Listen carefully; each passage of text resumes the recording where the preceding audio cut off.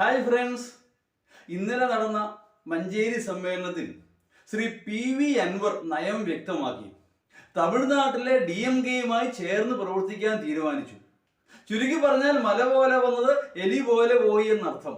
മുഖ്യമന്ത്രിക്കെതിരെ വാളോങ്ങി പ്രസക്തമായ ചില ചോദ്യങ്ങൾ ഉന്നയിച്ചുകൊണ്ട് പുറത്തു വന്ന പി അൻവർ മാർക്സിസ്റ്റ് പാർട്ടിയെ പോലെയുള്ളൊരു കേഡർ പാർട്ടിക്ക് ഒരു ഭീഷണിയേ അല്ല എന്ന് സാമാന്യബോധമുള്ള ഏവർക്കും അറിയാമായിരുന്നു. പക്ഷെ എങ്കിൽ പോലും അദ്ദേഹം ഉയർത്തിയ ചോദ്യങ്ങളായി തന്നെ അവശേഷിക്കുകയാണ്.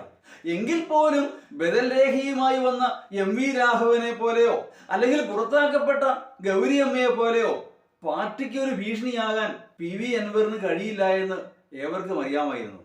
അദ്ദേഹത്തിന്റെ മീറ്റിങ്ങുകളിൽ അത് നിലമ്പൂരാണെങ്കിലും മഞ്ചേരിയാണെങ്കിലും ഒക്കെ ധാരാളം ആൾക്കാർ പങ്കെടുത്തിരുന്നു. പക്ഷെ അവരൊന്നും ഇടതുപക്ഷ പ്രവർത്തകരോ മാർക്സിസ്റ്റ് പാർട്ടി അനുഭാവികളോ ആയിരുന്നില്ല എന്നുള്ളത് സുവ്യക്തമായിരുന്നു. കാശുള്ള ഒരാൾക്ക് ആളിനെ കൂടെ വല്ല പാടുമുണ്ടോ?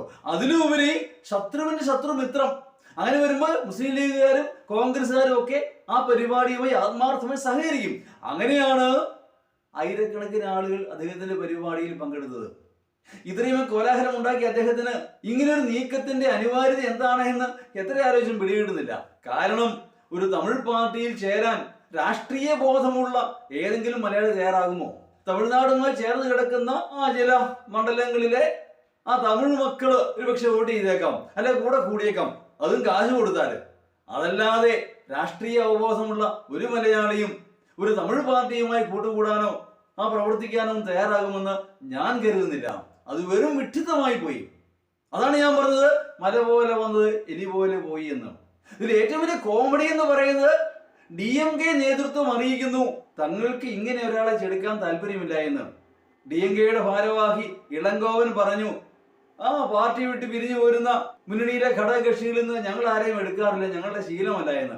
അതോടുകൂടി ഒരു വിധത്തിൽ പറഞ്ഞാൽ അധ്യായം അവസാനിച്ചു എന്ന് വേണമെങ്കിൽ പറയാം. അതെന്തോ ആവട്ടെ, ഇനി ചേർന്നാൽ പോലും അതൊന്നും കേരളത്തിൽ കാര്യമായ ചലനം ഉണ്ടാക്കാൻ പോകുന്നില്ല എന്നുള്ളത് 100% വ്യക്തമാണ്. ഏതാണെങ്കിലും ഇന്നലത്തെ മീറ്റിംഗിലും ഇടതുപക്ഷത്തു നിന്നും കാര്യമായ ചോർച്ച ഉണ്ടായിട്ടില്ല എന്നുള്ളത് വളരെ വ്യക്തമായിരുന്നു. ഇനിയും എന്താണ് അദ്ദേഹം ഉദ്ദേശിക്കുന്നതെന്ന് കാത്തിരുന്ന് കാണേണ്ടിയിരിക്കുന്നു.